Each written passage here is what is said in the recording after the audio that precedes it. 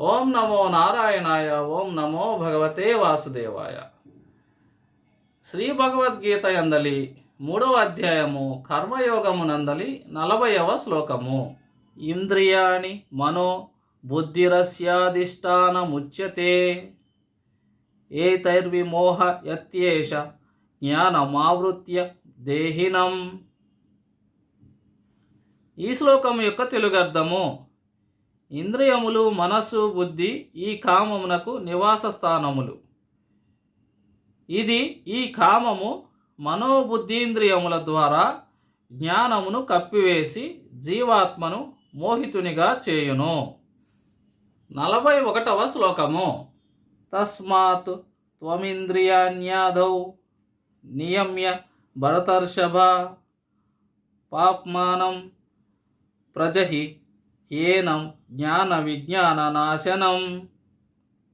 ఈ శ్లోకం యొక్క తెలుగర్థము: కావున ఓ అర్జున, మొదట ఇంద్రియములను వశపరుచుకొనుము, పిదప జ్ఞాన విజ్ఞానములను నశింపజేయునట్టి మహాపాపి అయిన ఈ కామమును అవశ్యముగా సర్వశక్తుల నొడ్డి రూపుమాపుము.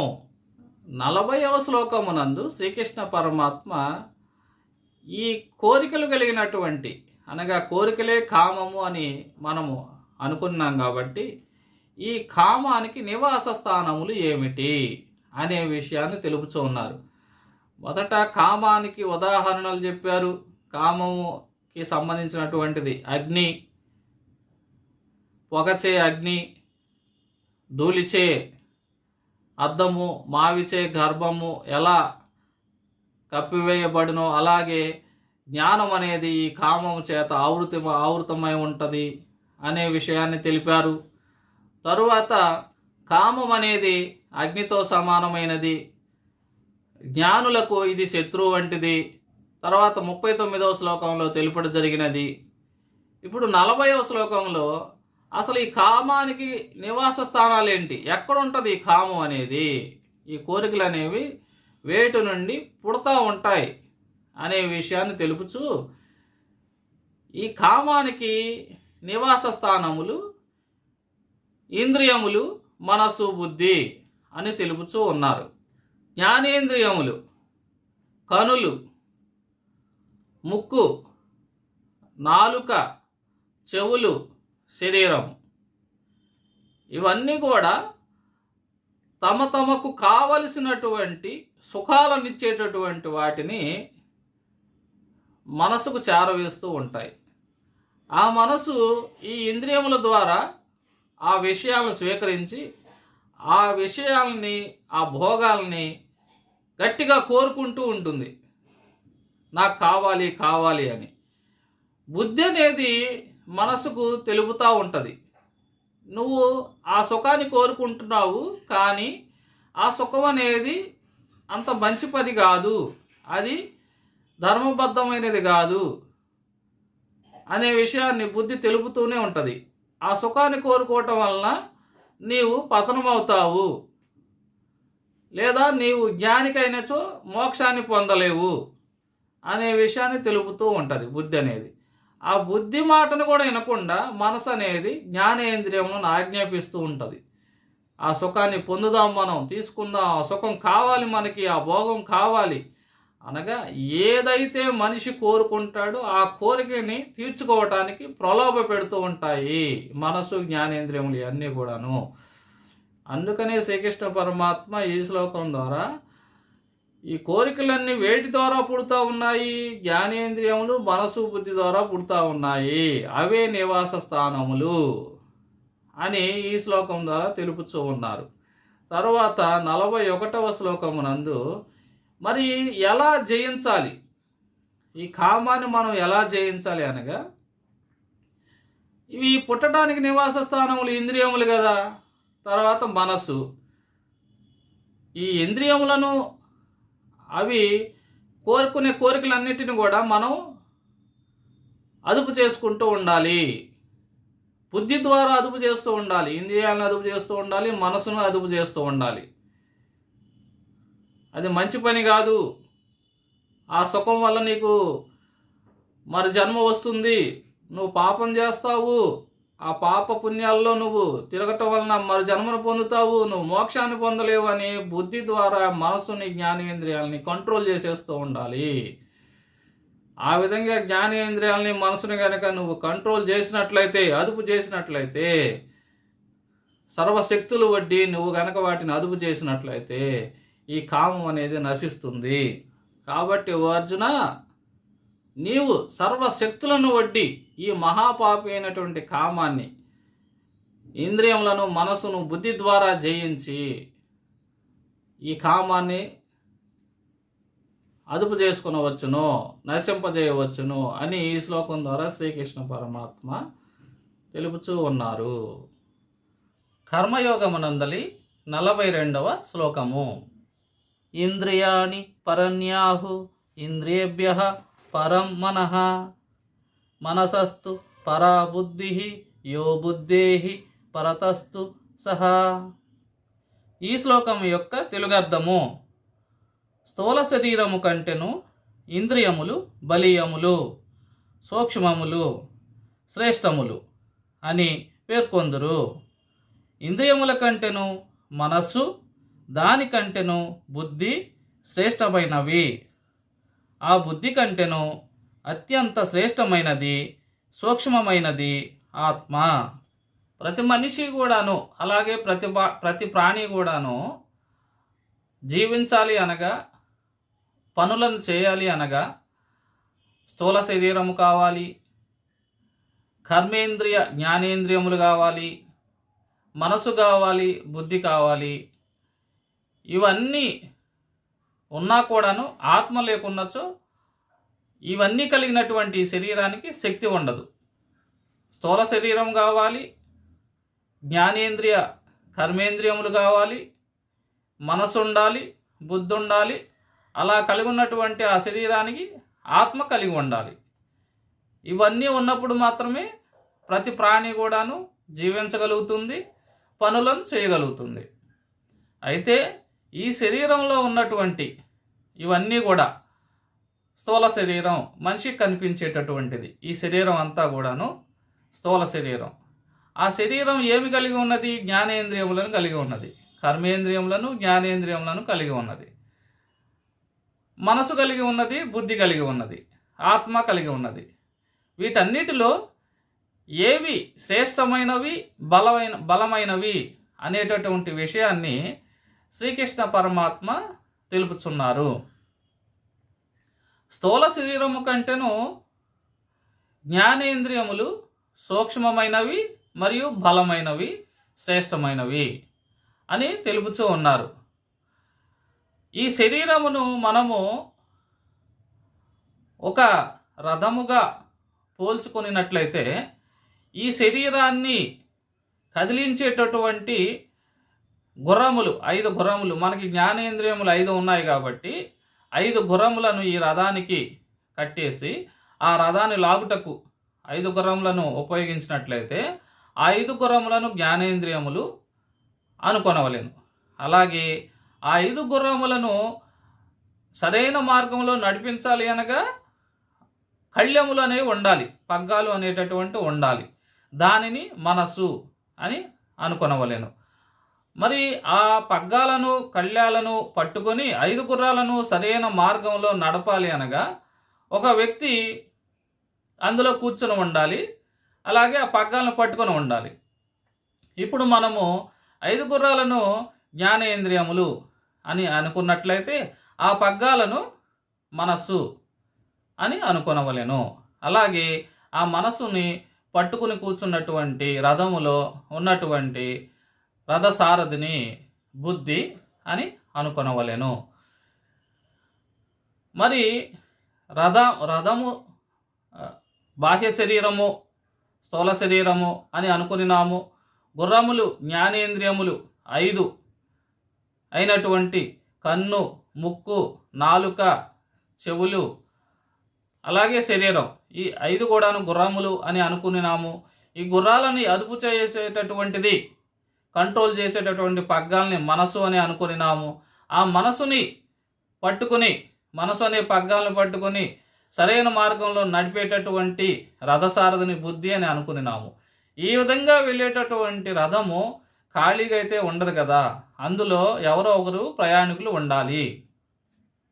ఆ ప్రయాణికుడు లోపల ఉన్నటువంటి ప్రయాణికుడినే ఆత్మ అని అనుకొనవలెను. ఇది మన యొక్క శరీరం, ప్రతి ప్రాణి యొక్క శరీరానికి ఉదాహరణగా ఈ విధంగా మనము పోల్చి తీసుకున్నట్లయితే ఇక్కడ శ్రీకృష్ణ పరమాత్మ తెలుపుచున్నారు. ఏమని తెలుపుచున్నారు?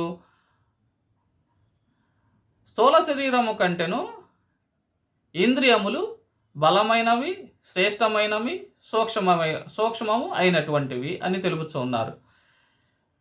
5 గుర్రములు అనేవి రథానికి కట్టి 5 గుర్రములు అనేవి లాగకపోతే ఆ రథాన్ని అనే శరీరం అనేటటువంటి ఈ స్థూల శరీరాన్ని, జ్ఞానేంద్రియములు అనేటటువంటివి లేకపోతే 5 గుర్రాలు అవి శక్తిని ఉపయోగించి లాగితేనే, ఇంద్రియములు అనేవి లాగితేనే మనకి ఆ రథం అనేది కదులుతుంది. ఇప్పుడు కనులు చూపు ద్వారా దారిని చూస్తూ కాళ్లకు ఆజ్ఞని ఇస్తే రథం ముందుకు వెళ్తుంది. అలాగే ముక్కు ద్వారా వాసన చూస్తూ మనకి మంచి సువాసన అనేది వస్తూ ఉన్నది, అటువైపుకు మన శరీరాన్ని తీసుకుపోదామని అనిపిస్తే ముక్కు ద్వారా వాసన చూసినప్పుడు మాత్రమే ఆ వాసన ఎటు వస్తుందో ఆ దిశగా ఈ శరీరాన్ని నడపటానికి వీలవుతుంది. అలాగే మంచి చెవుల ద్వారా వినసొంపుగా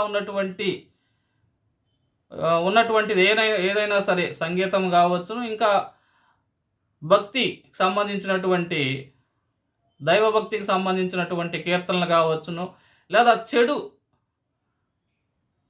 సంబంధించినటువంటి ఏవైనా కానీ ఈ చెవుల ద్వారా మనకి ఆ యొక్క మనిషి యొక్క జ్ఞానాన్ని బట్టి, అతని యొక్క గుణాలను బట్టి చెడు వైపుకైతే చెడు వైపుకి, మంచి వైపుకైతే మంచి వైపుకి చెవుల ద్వారా వినిపించినటువంటి ఆ శబ్దాలకు ఆకర్షితులై అటువైపుగా ఈ శరీరాన్ని చెవుల ద్వారా నడిపించవచ్చును. అలాగే నాలుక ద్వారా రుచికరమైనటువంటి భోజనం చేస్తూ ఉంటాం. చేస్తూ ఉన్నప్పుడు చక్కగా కూర్చొని రుచికరమైనటువంటి భోజనం చేస్తూ ఉంటే అక్కడే కూర్చొని నిదానంగా చేస్తాం. ఆ భోజనం మనకి నచ్చకపోతే మనం చూస్తూనే ఉంటాం కదా, ఇలాంటి భోజనం ఇలా వండారేంటి ఇంట్లో, మనం కోపడుతూ ఉంటాం మన అమ్మ మీద, ఇవాళ భార్యల మీద, టేస్ట్గా వండలేదు, నేను ఈ భోజనం తినను అని వెళ్ళిపోతాం. ఎందుకు జరిగింది అలాగా? మన నాలుక రుచిని చూసింది, మంచిగా ఉంటే అక్కడే కూర్చొని చక్కగా భోజనం చేస్తాము, లేదంటే రుచి సరిగా లేకపోతే తొందరగా తినేసి వెళ్ళిపోదాం, బాగలేదు అంటే నాలుగు ద్వారానే కదా అది అలాంటి ఆలోచన వచ్చింది. అలాగే శరీరం ద్వారా దానికి సంబంధించిన సుఖాలు కావాలనుకున్నప్పుడు దానికి సంబంధించిన వైపుకి మన శరీరం అనేది మనం తీసుకుపోతాం. ఇంకా బాగా వేడిగా ఉంది, ఎండ బాగా ఉంది, చెట్టు నీడకు వెళ్ళాలి, అది ఏ విధంగా తెలిసింది? మన శరీరానికి ఎండ అనేది తగలటం వల్ల, వేడి అనేది మన శరీరానికి తాకటం వల్ల మనం నీడకు వెళ్దాం అనేటటువంటి ఆజ్ఞ అనేది ఈ శరీరానికి ఇవ్వటం జరిగింది. ఇలాగా మన జ్ఞానేంద్రియముల ద్వారా మనము వాటినన్నింటినీ కూడా గ్రహించటం వలన మన శరీరాన్ని నడిపిస్తూ ఉంటాం. అందువల్లనే ఈ జ్ఞానేంద్రియములు అనేవి లేకపోతే ఈ స్థూల శరీరం అనేది అక్కడే ఉంటుంది, కదలదు. కాబట్టి ఇక్కడ శ్రీకృష్ణ పరమాత్మ తెలుపునది, ఈ స్థూల శరీరము కంటే ఇంద్రియములు అనేవి సూక్ష్మమైనవి, బలమైనవి, శ్రేష్టమైనవి తెలుపుతూ ఉన్నారు. ఎందుకనగా ఈ ఇంద్రియములు లేకపోతే ఈ శరీరము కదలదు, అక్కడే ఉంటుంది. కాబట్టి దాని తరువాత ఈ ఇంద్రియముల కన్నా మనస్సు అనేది శక్తివంతమైనది, సూక్ష్మమైనది అని తెలుపుతూ ఉన్నారు, శ్రేష్టమైనది అని తెలుపుతూ ఉన్నారు. మనకి ఒక చెడు పని చేయాలన్నా ఈ జ్ఞానేంద్రియముల ద్వారా, చెవుల ద్వారా, సంగీతం వినటి ద్వారా, శబ్దానికి సంబంధించినవి, కళ్ళ ద్వారా, చూపు ద్వారా గ్రహించినటువంటివి, వాసన ద్వారా గ్రహించినటువంటివి, నాలుక ద్వారా గ్రహించినటువంటివి, శరీరం ద్వారా గ్రహించినటువంటివి, జ్ఞానేంద్రియములు ఐదింటి ద్వారా గ్రహించినటువంటివి మనసుకు చేరతాయి. ఆ మనసు అనేది అది చెడు విషయమా మంచి విషయమా వారిలో ఉన్నటువంటి గుణాన్ని బట్టి ప్రతి మనిషిలో కూడాను సత్వరజ తమో గుణాలు ఉంటాయని ఇదే అధ్యాయంలో శ్రీకృష్ణ పరమాత్మ తెలపటం జరిగినది. ఆ గుణాల ద్వారానే ప్రతి మనిషి కూడాను కర్మలు చేస్తూ ఉంటాడని తెలుపటం జరిగినది. ఆ గుణాలు కలిగినటువంటి వ్యక్తి ఆ మనసును కలిగి ఉంటాడు. సత్వరజ తమో గుణానికి సంబంధించిన మనసును కలిగి ఉన్నటువంటి వ్యక్తి చెడుని కోరుకోవచ్చు, మంచిని కోరుకోవచ్చు. ఈ జ్ఞానేంద్రియములలో ఐదింటిలో ఏ రకమైనటువంటి కోరుకుంటాడు అనగా అతనిలో ఉన్న గుణానుసారంగా చెడు కావాలని కూడా మనసు కోరుకొని ఈ జ్ఞానేంద్రియముల ద్వారా ఈ స్థూల శరీరాన్ని చెడు వైపుకి నడిపించవచ్చు. ప్రతి శరీరంలో ఉన్న చేతుల ద్వారా, కాళ్ళ ద్వారా, అలాగే జ్ఞానేంద్రియం ద్వారా ఈ మనసు అనేది పని చేయిస్తూ ఉంటుంది. ఆ మనసు అనేది చెడు పని చేయించవచ్చు, మంచి పని చేయించవచ్చు తనలో ఉన్న గుణం ద్వారా. కాబట్టి ఈ మనసు అనేది చెప్పకపోతే ఈ జ్ఞానేంద్రియములకి ఆ శరీరం అనే రథం అనేది నడవదు. అనగా ఈ మనసు అనేది చెప్పాలి, మంచి మార్గంలో వెళదాం, ఇది మంచిది, ఇది చెడుది అని చెప్పేసి. ఈ మనసు అనేది ఎలా చెబితే అలాగా జ్ఞానేంద్రియములు, ఆ కర్మేంద్రియములు, ఈ స్థూల శరీరం నడుస్తూ ఉంటుంది. రథం అనేది నడుస్తూ ఉంటుంది. ఇది గుర్రాలు అనేవి, జ్ఞానేంద్రియములు అనేవి ఆ రథాన్ని ఎటు లాక్కొని పోతూ ఉంటాయి. స్థూల శరీరం అయినటువంటి ఆ రథం అటు వెళ్తూ ఉంటుంది. అది ఎలా జరుగుతుంది? పగ్గాలని కంట్రోల్ చేస్తూ ఉంటే పగ్గాలు ఎటువైపుకు వాటిని మళ్ళిస్తూ ఉంటే అటు పోతూ ఉంటుంది. కాబట్టి ఈ జ్ఞానేంద్రియములను కూడా కంట్రోల్ చేయగలిగే శక్తి మనసుకు ఉన్నది. కాబట్టి మనసు అనే పగ్గాలకు ఉంది. కాబట్టి ఈ జ్ఞానేంద్రియముల కన్నా ఉత్తమమైనది, అలాగే బలమైనది, శ్రేష్టమైనది మనసు అని శ్రీకృష్ణ పరమాత్మ తెలపటం జరిగినది. దాని తరువాత ఈ మనసు కన్నా కూడా బుద్ధి అనేది శ్రేష్టమైనది, అలాగే బలమైనది అని తెలుపుతూ ఉన్నారు. ఈ బుద్ధిని మనం ఏమని అనుకున్నాము? రథములో ఉన్నటువంటి రథ సారథిగా మనం అనుకున్నాము. మన మనసు అనేది ప్రతి మనిషిని కూడా చెడు మార్గంలో నడిపించవచ్చు. బుద్ధి అనేది చెబుతూ ఉంటుంది, అది చెడు మార్గం. ఆ చెడు మార్గంలో నడువు అని చెప్పేసి నువ్వు జ్ఞానేంద్రియములకు, కర్మేంద్రియములకు, స్థూల శరీరానికి ద్వారా పని చేపిస్తూ ఉన్నావు. అలా వద్దు, నువ్వు నష్టపోతావు, అది మంచి పని కాదు, అది పాపంతో కూడుకున్నటువంటి పని అని బుద్ధి అనేది మనస్సుకు చెబుతూ ఉంటుంది. అనగా రథములో కూర్చున్నటువంటి రథసారథి మనసు అనేటటువంటి పగ్గాల్ని కంట్రోల్ చేసినప్పుడు మాత్రమే జ్ఞానేంద్రియములు అనేటటువంటి 5 గుర్రాల ద్వారా స్థూల శరీరం అనేటటువంటి ఈ రథం అనే శరీరం, ప్రతి ప్రాణి యొక్క శరీరం సరైన మార్గంలో అనగా సరైన పనులు చేస్తూ ఉంటాడు మనిషి. కాబట్టి ఈ స్థూల శరీరం అనేటువంటి రథం నడవాలన్నా, అలాగే జ్ఞానేంద్రియములైనటువంటి 5 గుర్రాలు ఈ స్థూల శరీరం అంటే రథాన్ని సరైన మార్గంలో నడపాలన్నా, మనసు అనేటటువంటి పగ్గాలు ఆ 5 గుర్రాలని సరైన మార్గంలో దిశలో నడిపించాలని అన్నా, బుద్ధి అనేటటువంటి రథసారథి సరిగా ఉండి ఆ మనసు ద్వారా మనసుని కంట్రోల్ చేసినట్లయితే ఈ శరీరం అనేటటువంటి ప్రతి మనిషి యొక్క జీవన విధానం అనేది మంచిగా సాగుతూ ఉంటుంది, మంచి పనులు చేస్తూ ఉంటాడు. అందువలన ఈ మనసు, జ్ఞానేంద్రియములు, స్థూల శరీరం కన్నా కూడా బుద్ధి అనేది బలమైనది, సూక్ష్మమైనది మరియు శక్తివంతమైనది అని శ్రీకృష్ణ పరమాత్మ తెలపటం జరిగినది. అలాగే ఇవన్నీ ఉన్నాయి శరీరానికి. స్థూల శరీరం ఉంది, జ్ఞానేంద్రియ కర్మేంద్రియములు ఉన్నాయి, మనసు ఉంది, బుద్ధి ఉంది, ఇవన్నీ ఉన్నాయి. ఇవన్నీ ఉండి ఆత్మ అనేది లేకపోతే అసలు ఈ శరీరానికి శక్తే ఉండదు. ఇవన్నీ కూడాను ప్రకృతికి సంబంధించినవి. స్థూల శరీరము, మనసు, బుద్ధి, జ్ఞానేంద్రియ కర్మేంద్రియములు అన్నీ కూడాను మూల ప్రకృతికి సంబంధించినవి. ఆత్మ అనేది పరమాత్మ నుంచి వచ్చినటువంటి బీజ రూపంలో వంటిది ఆత్మ. ఈ ఆత్మ అనేది ఈ శరీరంలోకి వచ్చినప్పుడు మాత్రమే ప్రతి ప్రాణికి కదలికలు అనేవి ఉంటాయి. ఈ ఆత్మ అనేది వీటన్నిటికన్నా శ్రేష్టమైనది, సూక్ష్మమైనది అని ఆత్మ యొక్క గొప్పతనాన్ని శ్రీకృష్ణ పరమాత్మ ఈ శ్లోకం ద్వారా చెప్పటం జరిగినది. తరువాత శ్లోకమైనటువంటి 43వ శ్లోకము. ఏవం బుద్ధేహి పరం బుద్ధ్వా సంస్తభ్యాత్మానమాత్మన జహి శత్రుం మహాబాహో కామరూపం దురాసదం. ఈ శ్లోకం యొక్క తెలుగర్థము: ఈ విధముగా బుద్ధి కంటెను ఆత్మ పరమైనదిని, అనగా సూక్ష్మము, బలీయము, మిక్కిలి శ్రేష్టము అయినదని తెలుసుకొని, ఓ మహాబాహు, బుద్ధి ద్వారా మనస్సును వశపరుచుకొని దుర్జయ శత్రువైన కామమును నిర్మూలింపుము. ఈ శ్లోకం ద్వారా శ్రీకృష్ణ పరమాత్మ ఈ కామం అనేటటువంటి కోరికలైనటువంటి ప్రతి మనిషిలో ఉన్నటువంటి కోరికల్ని జయించాలి అనగా, ఈ బుద్ధి అనేటటువంటి దాన్ని అదుపు చేసినట్లయితే, సరైన మార్గంలో పెట్టుకున్నట్లయితే మనం ఈ కామం అనే దాన్ని జయించవచ్చును. ప్రతి మనిషిలో ఉన్నటువంటి అత్యాశ, కోరికలు,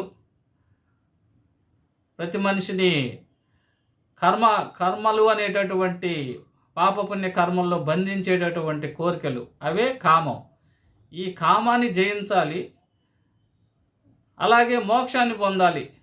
ప్రతి మనిషి కూడాను మానవ జన్మ, ఉత్తమమైనటువంటి మానవ జన్మ లభించినందుకు ఈ మానవ జన్మను ఉపయోగించుకొని ఈ శరీరంలో ఉండగానే ఆత్మ అనేది నీవైనటువంటి ఆత్మ ఈ శరీరంలో ఉండగానే మోక్షాన్ని పొందటానికి ఈ శరీరాన్ని, ఈ మానవ జన్మను ఉపయోగించుకోవాలనగా కామం అనేటటువంటి కోరికల్ని జయించాలి.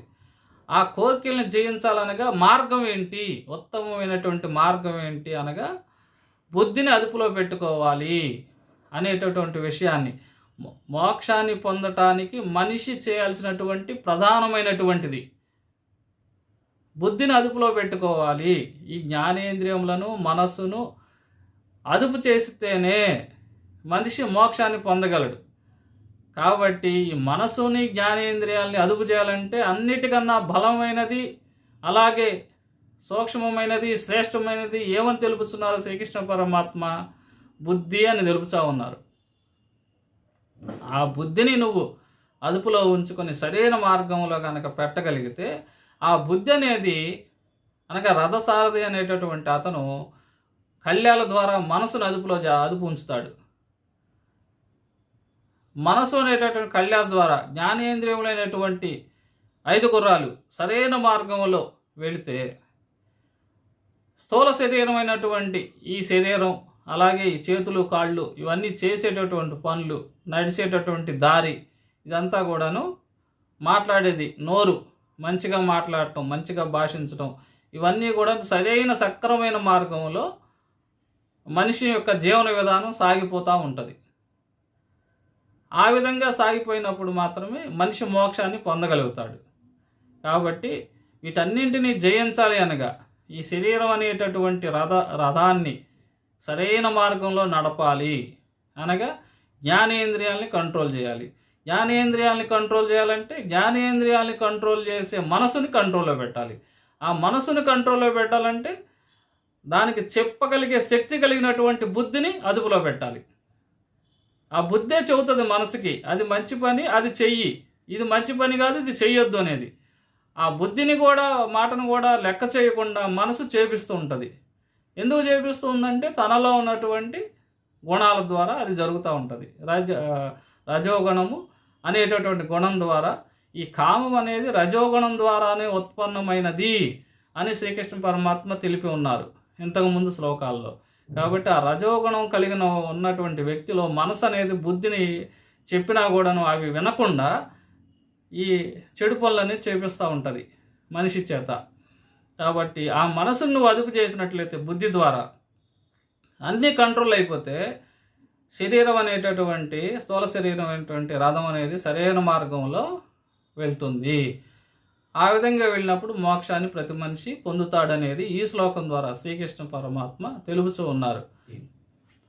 ఓం నమో నారాయణాయ, ఓం నమో భగవతే వాసుదేవాయ.